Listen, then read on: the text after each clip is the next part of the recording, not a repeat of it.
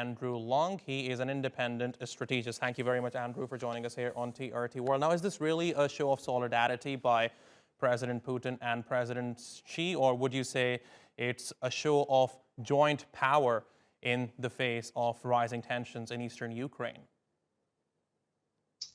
First of all, one has to look at the global dynamics.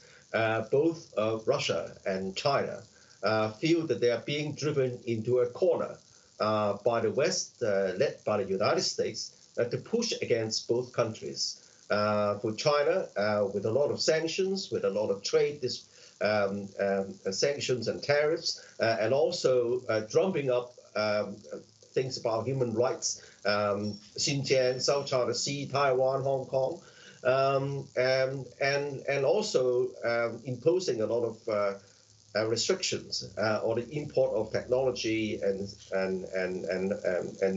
computer chips to China. As far as Russia is concerned, it feels that its national security is increasingly being threatened by the gradual expansion of NATO and encroaching on its near abode in countries which used to belong to the USSR. And both countries share a kind of historical or a kind of greatness in the case of Russia, the former Russian Empire, in the case of China, because China was the world's largest, most powerful country for thousands of years before this so-called century of humiliation. So there's a lot of common ground to drive both countries into a new kind of entente, the closer ties, not exactly a bloc, but increasing areas for cooperation and solidarity. Now, Andrew, China is certainly not a direct stakeholder when it comes to the region of eastern Ukraine, but lately it has become a talking point in statements coming both from the United States and Moscow. Why is that?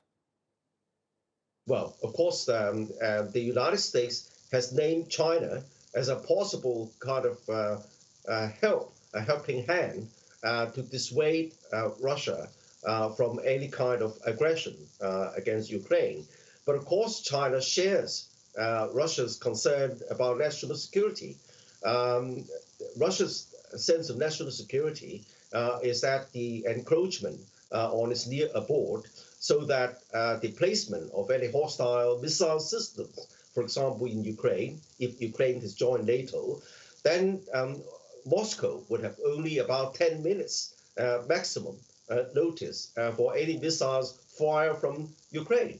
And so China shares this concern, and likewise, Russia is also reciprocated in sharing China's concern about the security over the South China Sea, because the South China Sea is as conduit for American containment against China, with the so-called first island chain, second island chain, with threats of blockading China's trade routes. So both sides share a sense of threats towards each side's sense of national security.